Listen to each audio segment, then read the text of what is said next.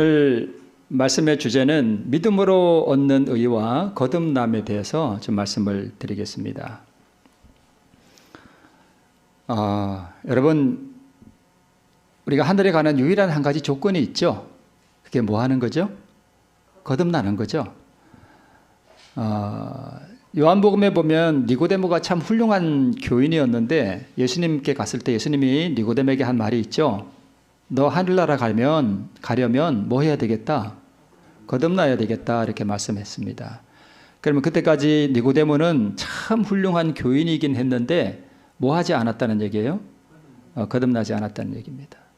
교회 안에, 제가 참 교회 안에 싫어하는 메시지가 하나 있는데 그게 뭐냐 하면, 여러분 우리 다 구원받았습니다, 이 소리를 저는 아주 싫어합니다. 교인이라고 다 구원받는 거 아니에요. 그리고 교인이라고 다 거듭난 것도 아닙니다. 그거는 우리 교인들로 하여금 깊이 잠들게 하는 거짓기별이에요. 그래서 우리는 진정으로 내가 거듭났는지를 내 자신을 시험하고 또 확증해 보아야 합니다. 내가 정말 거듭났는가? 나는 정말 하늘 갈 준비가 됐는가 하는 것을 우리가 살펴봐야 됩니다. 자, 제가 이것도 참 많이 언급하는 내용인데 이런 말씀이 있습니다. 로마서 6장 1절이 아니라 로마서 6장 1절 주해 말씀이에요. 복음 성경에 있습니다. 죄송합니다. 거기에 이렇게 되어 있습니다. 산채로 장사된 사람들, 거듭남은 우리 시대에 좀처럼 보기 어려운 진귀한 경험이다. 이것이 교회 안에 어려운 일이 그토록 많은 이유이다. 교회 안에 어려운 일이 많나요? 참 많죠. 교회가 싸우고, 그죠?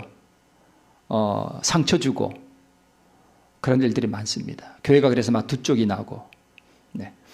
그리스도의 이름을 가진 사람들이 성화되지 못하고 거룩하지 못한 사람들이 참으로 적대요, 많대요? 많대요. 교회 안에 거듭나지 못한 사람들이 이 말씀을 보면 더 뭐한 것 같아요? 더 많은 것 같아요. 그들은 뭘 받았어요? 침례까지 받았어요. 그런데 거듭나지 못했습니다.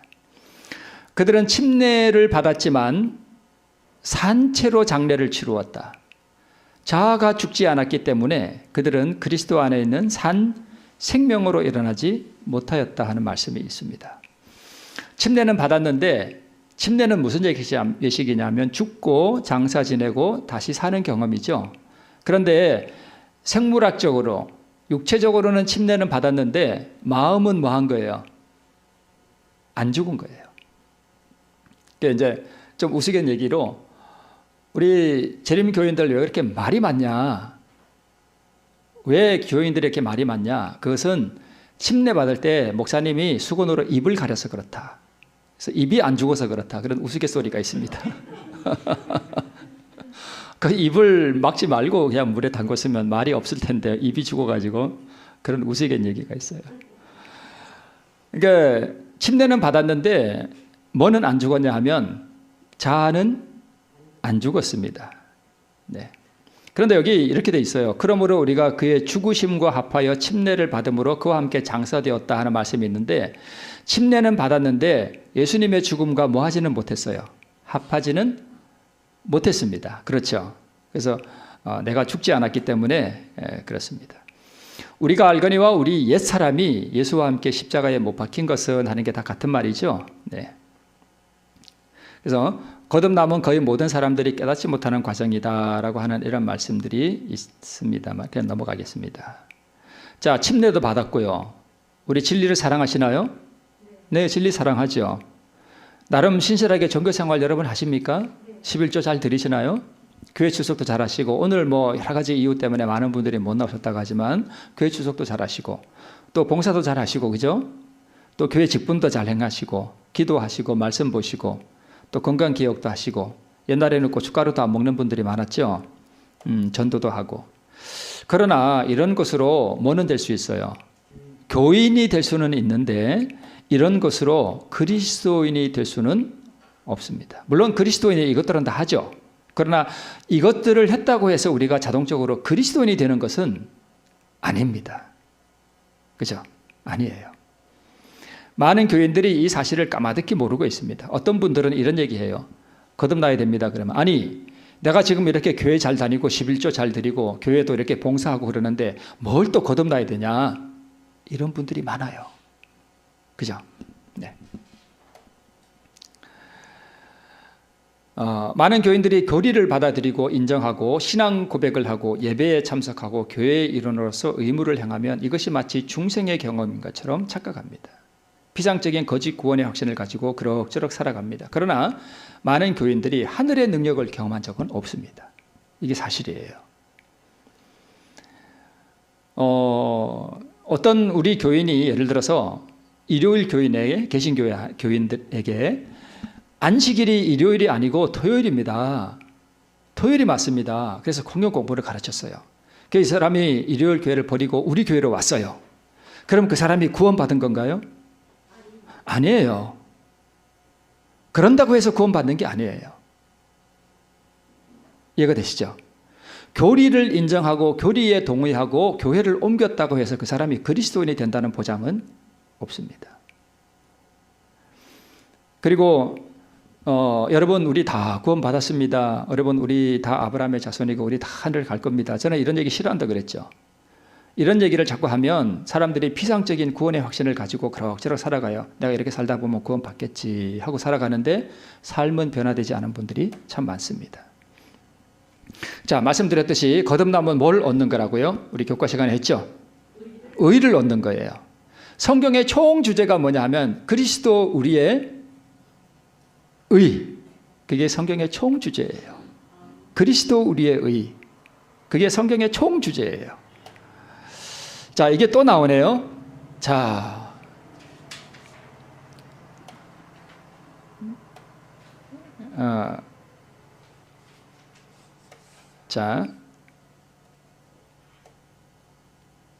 오늘 주제가 믿음으로 말미암는데요. 자, 이 말씀 앞에 봤던 말씀인데 여기는 주해라고 제대로 되어 있네요. 이거 다시 한번 이 말씀을 보면서 제가 여러분께 질문 하나 드릴게요. 자, 거듭남은 우리 시대에 좀처럼 보기 어려운 신기한 경험이래요. 그죠? 자, 여기 지금 뭘 다루고 있는가 하면 거듭남에 대해서 다루고 있죠. 그죠? 근데 사람들이 교회는 다니는데 성화되지 못하고 거룩하지 못하고 교회 오면 막 성질 부리고, 그죠? 집에 가면 남편한테 아내한테 함부로 막 하고, 그죠? 아이들한테도 버럭버럭 소리 지르고, 그리고 한번 그러고 나면 또 우리 부인이 뭐라 그러죠? 아이고 주제 장로라고, 아이고 그래 네가 뭐 별 수 있겠어? 그러면 그런 얘기도 들을 수 있어요, 그죠? 뭐 장로뿐만 아니라 목사도 마찬가지예요. 그런 사람들이 많아요.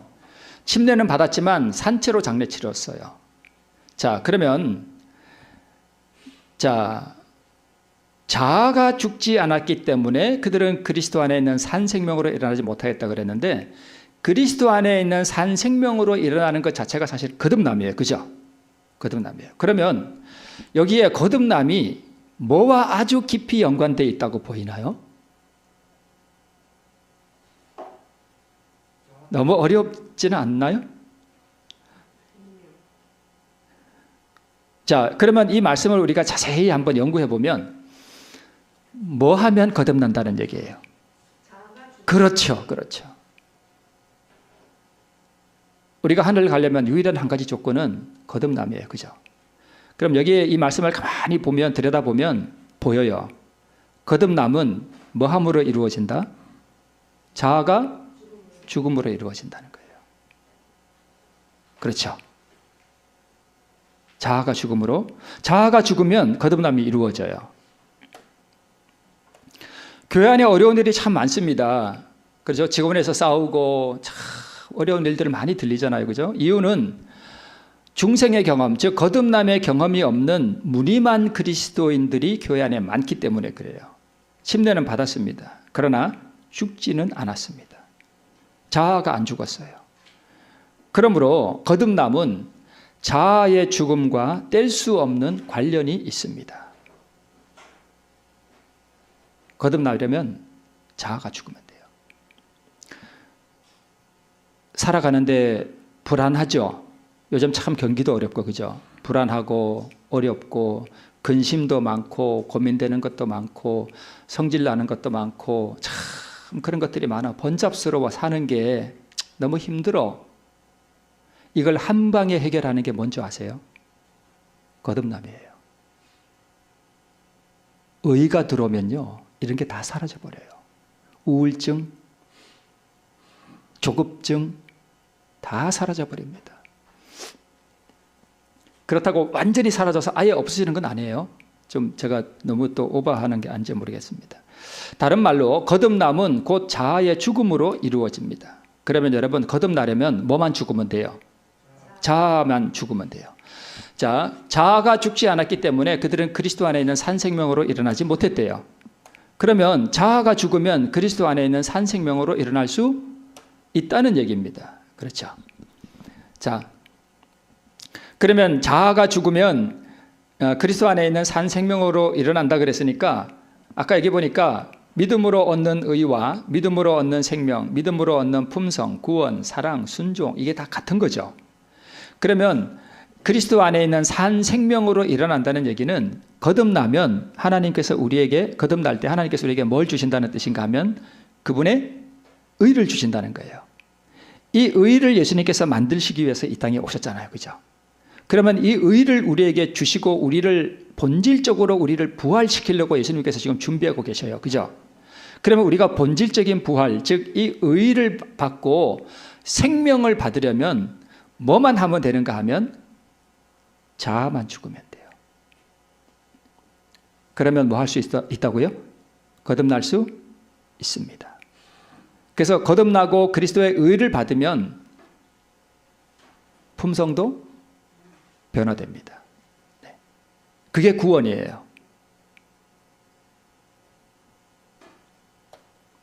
아까 우리 성령의 9가지 열매는 따로따로 열리는 열매가 아니라 이 의 안에 다 있는 열매예요. 예를 들어서 어떤 사람은 사랑은 있는데 온유함이 없다. 이게 맞는 말이에요? 틀린 말이에요? 틀린 말이죠. 사랑이 충만한 사람이 온유하지 않다? 사랑이 충만한 사람이 절제하지 않는다? 이거는 틀린 거예요. 하나 안에 다 있는 거예요. 의 안에. 자, 그래서 어떤 사람이 구원을 얻지 못했다 하는 이야기는 죄를 많이 지어서 구원 못 얻는 게 아니에요. 예를 들어 죄를 100가지 지은 사람이 있고 여기 한 가지 지은 사람이 있어. 그럼 이 사람은 지옥 가고 이 사람은 천국 가나요? 똑같이 멸망받아요. 그죠? 그러면 이 죄를 100가지를 지은 사람은 회개하고 의를 받았어. 근데 죄를 한 가지밖에 안 지은 사람은 나는 죄 별로 없어. 그러면서 의를 안 받았어. 그러면 누가 하늘 가요? 죄 많이 지었지만 의를 받은 사람이 하늘나라 가는 거예요. 그죠? 그래서 하늘나라를 못 가는 이유는 죄가 많아서가 아니라 뭐가 없기 때문에, 의가 없기 때문에 그렇습니다. 그래서 하나님께서는 즐겨 자아를 굴복시키는 이에게 의를 주셔요. 자, 그러면 의를 어떻게 얻는가? 여러분, 자아를 굴복시키고 포기하기로 하는 것은 하나님께서 하시는 일인가요? 내가 해야 하는 일인가요? 물론 하나님께서 도와주셔야만 가능해요. 그 틀린 말 아니에요. 우리 스스로는 이것도 못해요. 그래서 그 말씀이 틀린 말은 아니에요. 그러나 본질적으로 자아를 굴복하기로 선택해 주는 것은 누가 하는 일이에요? 자기가 해야 되는 거예요. 그리고 의를 주시는 것은 인간이 하는 일이에요? 하나님이 하는 일이에요? 하나님의 일이에요. 그러면 내가 의를 어떻게 받나? 뭐 의를 어떻게 내가 얻을 수 있지? 이런 거 염려할 필요 있어요? 없어요? 필요 없어요. 뭐만 하면 돼요? 자아만 굴복시키면 돼요. 이게 성경의 총 주제예요. 성경을 가만히 읽어보면 다 이 이야기로 되어 있습니다. 하나님께서는 인간이 인간의 일을 하면 하나님께서는 하나님의 일을 하시는데 그 하나님의 일이 뭐냐? 바로 우리에게 뭘 주시는 거예요? 의를 선물로 주시는 거예요. 이걸 해주신다는 말이에요. 인간은 뭐만 하면 된다고요? 자아 굴복, 자아 죽음, 자아 포기만 하면 돼요. 그러면 여러분 자아 굴복이 도대체 뭐냐? 이걸 알아야 되겠죠, 그죠? 자, 그럼 자아 굴복이 뭔가? 자아가 뭐죠? 자아.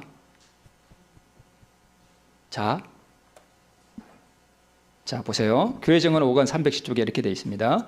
생각이 잘못되면 뭐도 잘못된다고요? 감정도 잘못될 것이다. 그리하여 생각과 감정이 합하여 도덕적 품성을 이룬다. 내 자아는 내 품성이죠. 그죠? 그래서 내 생각과 내 감정이 곧 뭐예요? 내 자아예요. 내 자아. 내 자아. 자, 교회 와서 이렇게 앉아 있는데 옆에 있는 어떤 사람이 영 꼴 보기 싫어. 뭐예요? 감정이죠. 그죠?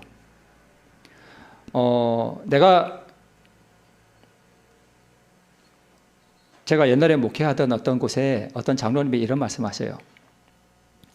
그 집에 방문 갔더니 그 집사님이 문에 목욕 바구니가 이렇게 있어요. 그래서 집사님 목욕 바구니가 여기 이렇게 문 앞에 목욕 가세요? 그랬더니까 자기는 목욕 바구니를 항상 여기 문 앞에 놔둔대요. 왜 그러세요? 그러니까 장로님이 그 집사님 보고 그러니까 부부 사이가 같이 여보 목욕 갑시다 이랬는데 여자들이 같이 이렇게 나가려고 하면 여자들 꾸물거리잖아요. 그러시죠? 네. 답답하죠? 저 많이 답답하죠? 여자들은 뭐 꾸미고 나오고 하다 보면 막 천불나요. 빨리 안 나와. 정말 여자들이 원래 그래요. 그죠? 이 장로님은 뭐 목욕 갑시다 이래가지고 차에 딱 나왔는데 즉시 그 집사님이 안 나오면 그냥 가버린대요. 그래서 그 집사님은 목욕 갑시다 그러면 얼른 그거 들고 나오려고 문 앞에 딱 대기시켜 놓는데. 자, 예를 들어서 여보 목욕 갑시다 이랬는데 밖에 나와서 차를 이렇게 기다리고 있어. 빨리 안 나와. 그때 무슨 생각이 들죠? 이 옆편네는 뭘 하는데 이렇게 꿈을, 그게 뭐예요? 생각이죠. 자, 보세요. 생각이 잘된 거예요? 잘못된 거예요? 잘못됐죠. 참 이런 말 하면 좀 그런데 여러분은 하셔도 괜찮은데 이 여자가 지금 빨리 안 나오고 뭘 하느라고 하되 생각이 잘못됐죠. 생각이 잘못되면 뭐도 잘못된다고요? 감정도 따라와요. 성질 나죠. 짜증이 올라오죠. 들어가서 한마디 하죠. 뭐 하는 거야 지금? 그걸 품성이라고 해요. 여러분, 거듭나는 게요, 무슨 외국에 나가서 복음을 전하다가 막 순교하고 그래야 하늘나라 가는 거 아니죠. 품성이 변화된다는 건 아주 작은 것에서 변화되는 거예요. 그러면 내가 여보 목욕 갑시다 이래가지고 밖에 나와서 기다리는데 여자들은 뭘 치장을 해야 돼. 그냥 못 나와. 뭐 거울도 봐야 되고 옷도 이걸 입어야 되나 저거 입고 가야 되나 막 그러잖아요. 그때 다른 생각이 딱 들어올 때, 이 옆편 하는 생각이 들어올 때 자아 굴복이 뭐냐 하면 그 생각을 어떻게 하는 거냐 하면 하나님께 드리는 거예요. 그 순간에 기도를 하는 거예요. 하나님, 제가 지금 이상한 생각이 들어옵니다. 저의 이 생각을 주님께 드립니다. 하고 내 그 생각을 바꿀 수 있을까요? 내가 바꿀 수 있어요. 바꿀 수 있어요. 그리고 생각을 바꾸는 건 쉬운데 생각이 잘못됐을 때 감정이 팍 따라와서 이게 속이 뒤집어질 때 그 감정을 억누른다는 것은 거의 불가능합니다. 그럴 때 어떻게 하냐면 그 감정을 하나님 앞에 드리는 거예요. 기도를 통해서 하나님, 저의 이 분개한 감정과 이 나쁜 생각을 주님께 드립니다. 아버지 이거 가져가시고 저에게 당신의 그 의를 저에게 주시옵소서 라고 기도를 하는 거예요. 되게 쉬울 것 같죠? 그죠? 되게 쉬울 것 같죠? 되게 쉬우면서도 이것만큼 어려운 게 없습니다. 한번 열받아 보셨죠? 그렇게 분개함이 이렇게 머리에 팍 올랐을 때 기도한다는 것은요, 정말 어렵습니다. 기도가 안 나와요. 성질머리 날 때는 기도 자체가 안 나와요. 그럴 때는 뭘 이용을 해야 되냐면 지성을 이용해야 됩니다. 뭘 이용한다고요? 지성요. 지성으로 내 감정을, 내 육신을 무릎을 꿇리는 거예요. 오늘 이 말씀 잘 들으셔야 됩니다. 여러분도 경험해 보셔서 아시겠지만 짜증이 불같이 막 올라올 때는 그냥 폭발시켜버리고 싶어요. 그죠? 그냥 가서 한마디 해주고 싶고 한번 지워바꿔버리고 싶고 할 때 기도는 거의 불가능해요. 안 나와요. 기도를 해야 되겠다는 생각은 저 우주만큼 달아나 버리고 없습니다. 그럴 때 이 말씀, 거듭남은 자아의 굴복을 통해서 할 때 하나님께서 그 자아를 굴복시킬 때 하나님께서 의를 주신다는 이 말씀을 기억하고 하나님 강제로 무릎을 꿇리는 거예요. 내 지성으로요. 그리고 내 감정과 생각을 하나님 앞에 굴복시키고 그분께 드리는 거예요. 그러면 내가 이것을 하나님께 드리면서 하나님 제가 지금 생각이 잘못되었고 제가 감정이 나서 제가 지금 들어가서 마누라를 한 대 줘 팰 것 같습니다. 하나님 저를 도와주십시오. 이 감정과 이 생각을 다 주님께 지금 드립니다. 아버지 이거 가져가시고 제게 평화를 주시고 당신의 그 의를 저에게 주시옵소서 라고 기도하면 하나님이 즉시 응답해 주시지 않습니다. 이 기도 응답이 지연될수록 좋은 거예요. 이게 무슨 얘기냐 하면 이스라엘 백성들이 여리고성을 몇 바퀴 돌았죠?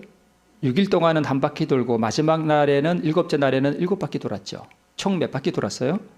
13바퀴 도는 거예요. 그 한 바퀴 도는 거 하나하나가 다 무엇을 상징하는 것이냐 하면 자아 굴복을 상징해요. 여리고가 뭐예요? 내 자아예요. 여리고. 한 번 돌 때 이게 무너졌나요? 안 무너졌죠. 두 번 돌 때요. 안 무너졌죠. 세 번 돌아도 안 무너졌죠. 나아만 장군이 요단강에 몇 번 들어갔죠? 7번 들어갔죠. 그 한 번 들어가고 두 번 들어가는 거 하나하나가 다 뭐냐 하면 자아 굴복이에요. 들으신 분도 아시겠지만 저도 그런 경험을 저는 3번 만에 했고 어떨 때는 한 번 만에 했고 막 그런 경험들이 있어요. 자, 예를 들어서 내가 참 분개한 마음이 일어나서 하나님 제가 이 마음을 주님께 드립니다. 하나님 저를 도와주십시오. 하나님 저에게 평화를 주시고 이 마음을 가져가시고 저에게 의를 주십시오 라고 기도하면 안 들어주셔요.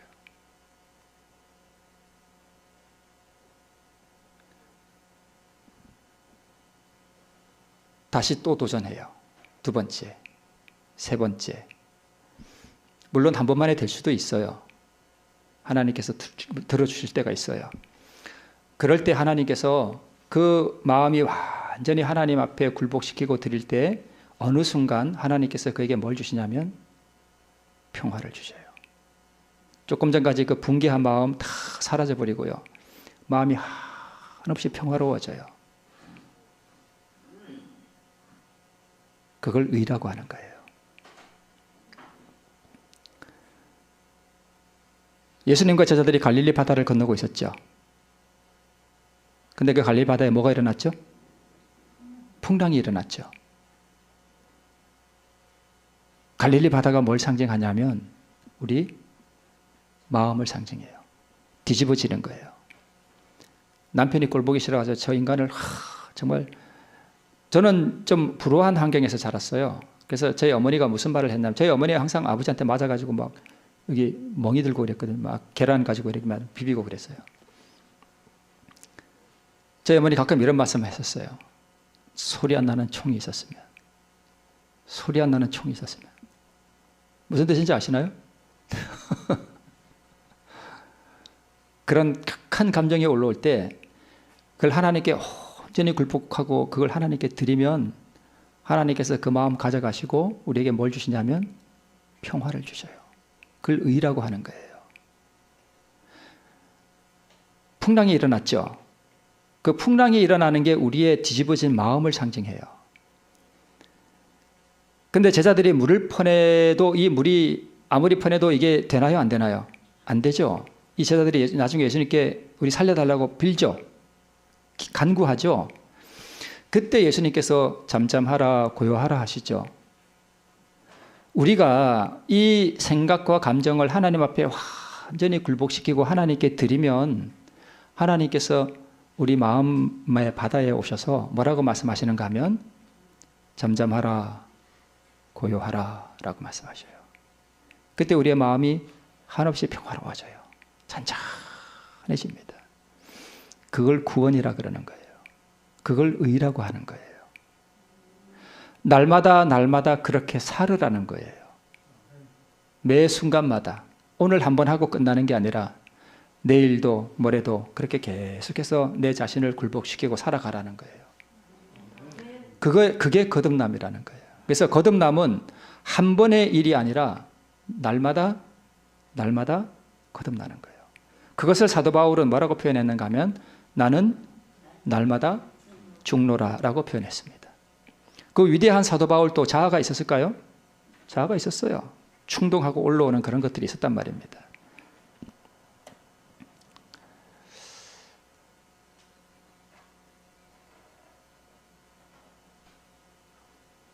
자, 잘못된 생각과 그로 인해 생기는 잘못된 감정을 즉시로 주님께 드리고 그분의 의를 구하면 하나님께서 내 불같은 그걸 가져가시고 그분이 의를 나에게 주셔요.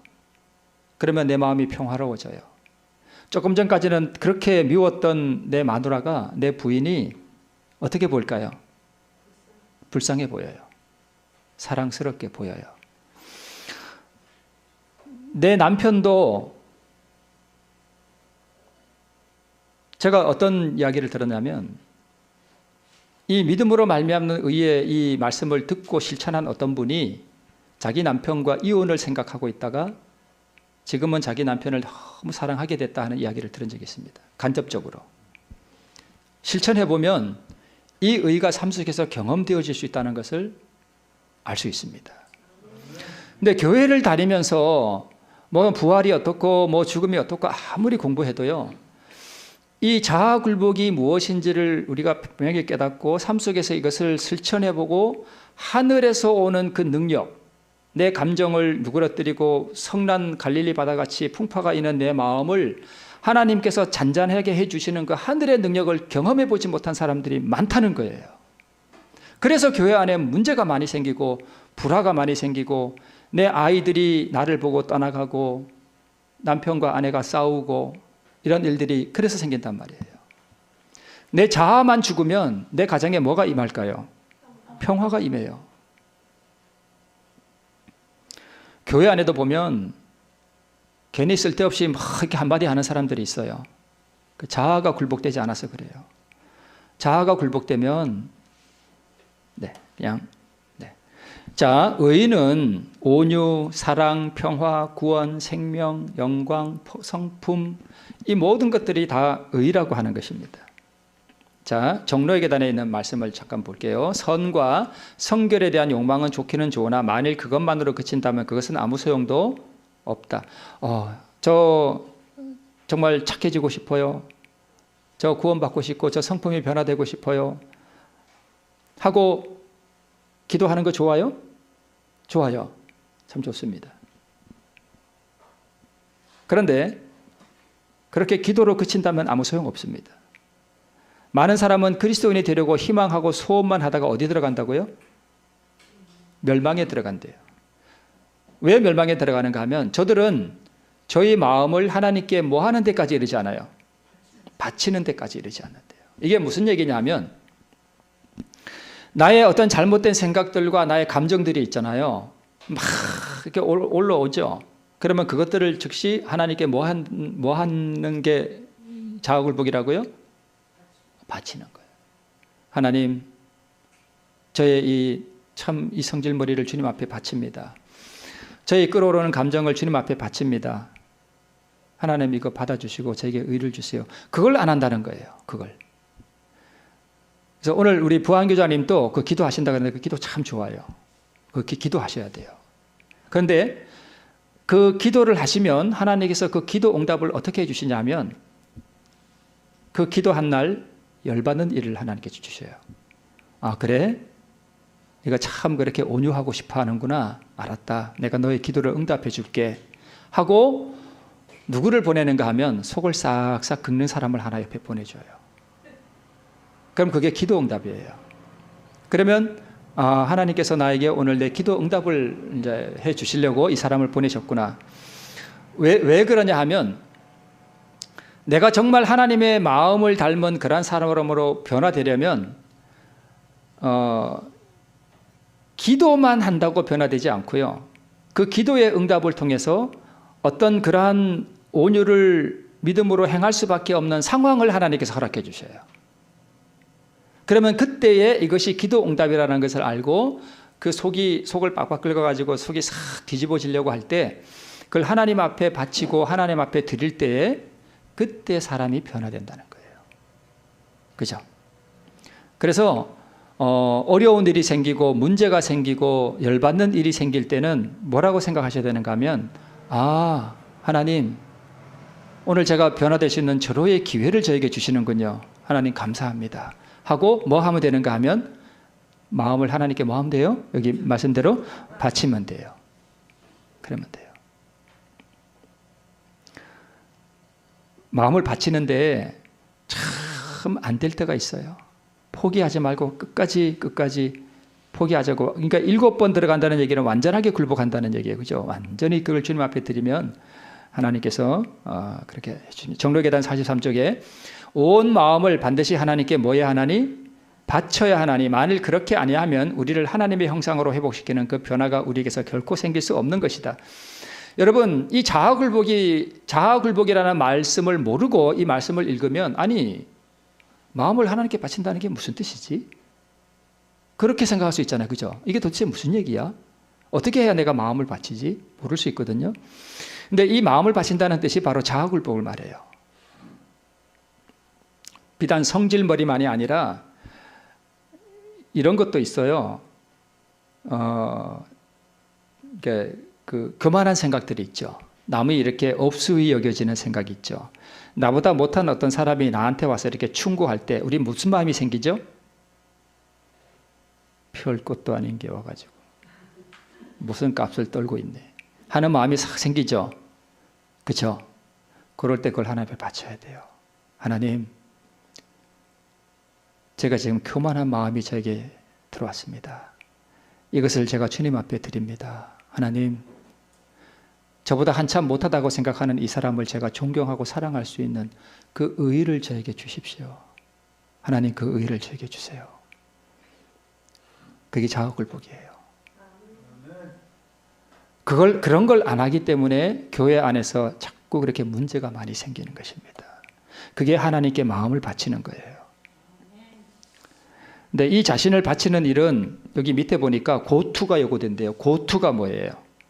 어려운 투쟁을 요구한단 말이에요. 참 힘든 일이에요. 자아굴복은요, 참 어떻게 보면은 굉장히 이게 믿음으로 말미암는 의, 거듭남은 정말 간단하고 쉬운 일이에요. 뭐만 하면 된다고요? 고투. 예. 자아굴복만 하면 돼요. 자아굴복. 그것만 하면 돼요. 그런데 그 자아굴복을 하기 위해서 내 성질머리를 주님께 바치는 그것이 정말 어렵습니다. 내가 이것을 주님께 그러니까 나는 잘못한 게 없어. 나는 잘못한 게 없어. 그런데 어떤 사람이 나한테 막 뭐라 그래. 그 순간 우리에 팍 올라오죠. 한마디 해주고 싶죠. 그죠? 한마디 팍 해주고 싶어요. 근데 한마디 진짜 안 해주면 내가 억울해서 잠이 안 올 것 같아. 그런 경험 있죠. 내가 꼭 한마디 해줘야 돼. 내가 한마디 안 해주면 저 인간이 나를 앞으로 어떻게 생각하겠어. 내가 이번만큼은 내가 한마디 해줘야 되겠어. 그런 생각이 들 때요, 자신을 하나님 앞에 바치고 아무 소리 안 하기로 선택하는 것은 정말 괴롭습니다. 억울해서 죽을 것 같아요. 그럴 때 그것을 하나님 앞에 바치는 거예요. 하나님, 제가 이 마음을 주님 앞에 바칩니다. 그래서 그게 고투가 요구되는 거예요. 자신을 하나님께 온전히 하나님께 바치는 이것은 어떤 싸움보다도, 어떤 인간들이 더불어 싸우는 전쟁보다도 가장 큰 싸움이 바로 이 자아를 굴복시키는 이 싸움이에요. 내 안에서 일어나는 이 싸움. 하나님께서는 뭐 북한이 미사일을 쏘고 뭐 연평도에 폭격이 일어나고 이런 것도 물론 하나님께서 저거하시지만, 하나님께서 가장 귀중하게 보시는 싸움은 바로 내 안에서 일어나는, 아무도 모르게 내 안에서 일어나는 바로 이 자아와의 투쟁, 이걸 하나님께서 가장 귀하게 보셔요.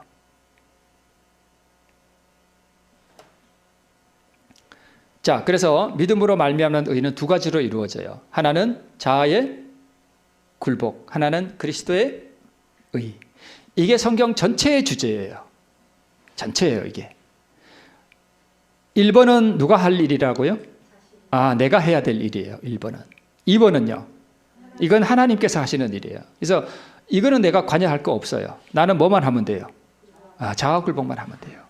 내 성질머리, 내 교만, 남을 업수히 여기는 거 한마디 해주고 싶을 때 이게 꼭 참는 게 아니에요. 꼭 참는 게 아니에요. 꼭 참으면 이렇게 눌러놓으면, 여기는 누를 것도 없는데 꼭 눌러놓으면 이게 이렇게 눌러가 있다가 나중에 뭐해요? 뻥 하고 터져버려요. 이게 아니라 그걸 하나님께 바치고 하나님께서 주시는 그 하늘의 능력을 경험을 해야 돼요. 경험을 해야 돼요. 하늘의 능력을. 내가 마음이 완전히 조용해지고 평화로워지는 그것을 경험하는 것입니다. 자, 이것도 그냥 넘어가겠습니다.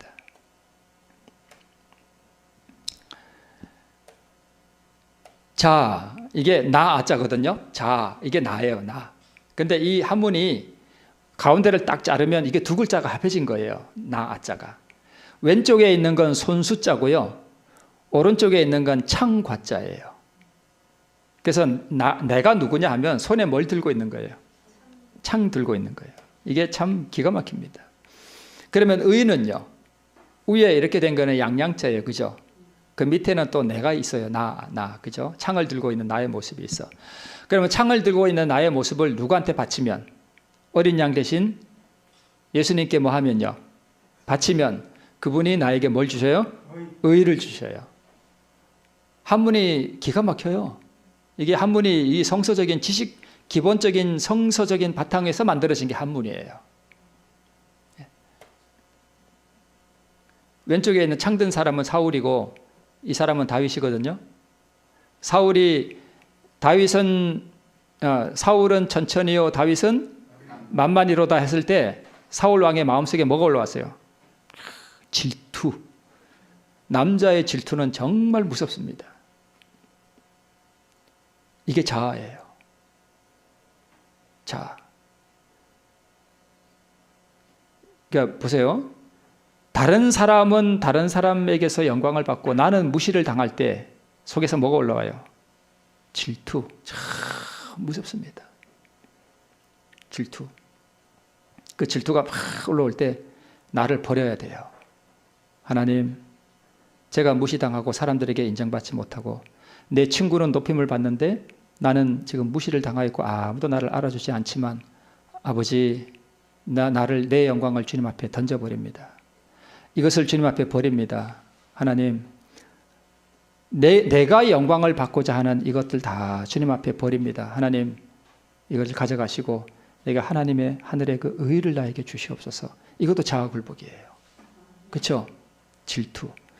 이 질투를 처리하지 못하니까 결국은 뭘 들었어요? 자기보다 더 높임을 받고 자기보다 더 영광을 받는 다윗을 뭐 하려고 그런 거예요? 죽여버리려고 그런 거예요.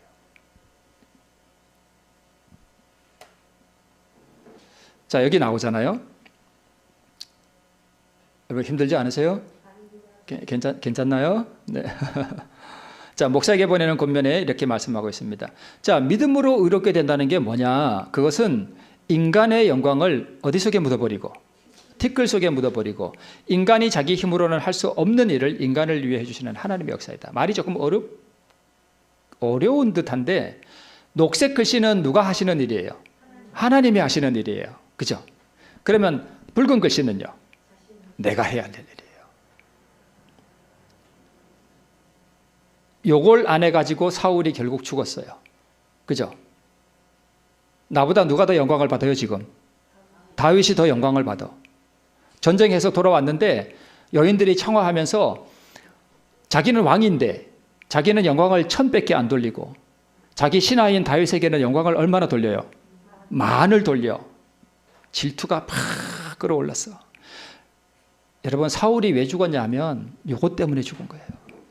요때에 이 질투심, 이 자아를 하나님 앞에 바치기만 했더라면 사울은요 계속 왕위에 있었을 것이고 그의 아들이 왕이 됐을 거예요. 그렇게 했더라면. 그러니까 이 자아를 굴복시키는 게 얼마나 중요한지 모릅니다.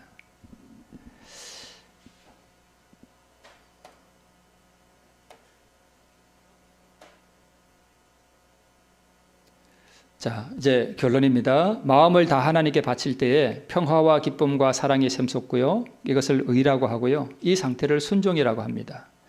내 이웃을 내 몸처럼 사랑하라 하는 이 경험이 경험되어집니다. 그래서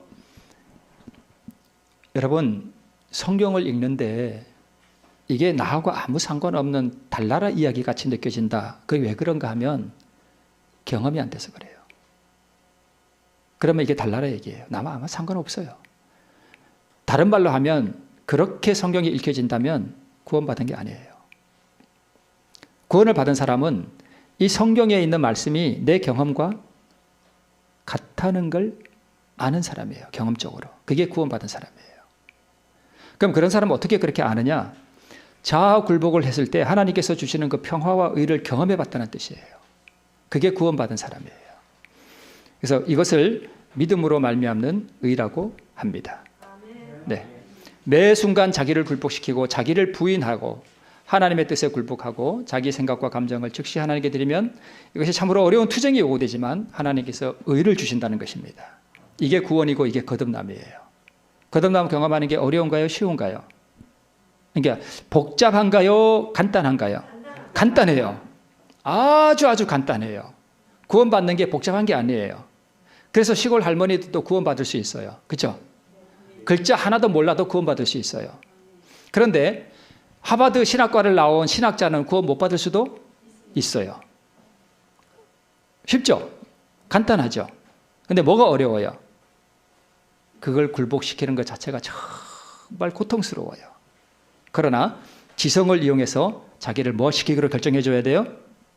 하나님 앞에 그 마음을 드리기로 결정하고 선택해주고 기도로 그것을 하나님 앞에 될 때까지 이걸 드리면 하나님께서 그거 가져가시고 평화와 의를 주신다는 거예요. 이게 성경 전체 주제예요. 오늘 이 놀라운 의가 날마다 충만한 우리 옥션교회 성도님 되시기를 바라면서 말씀을 마치겠습니다.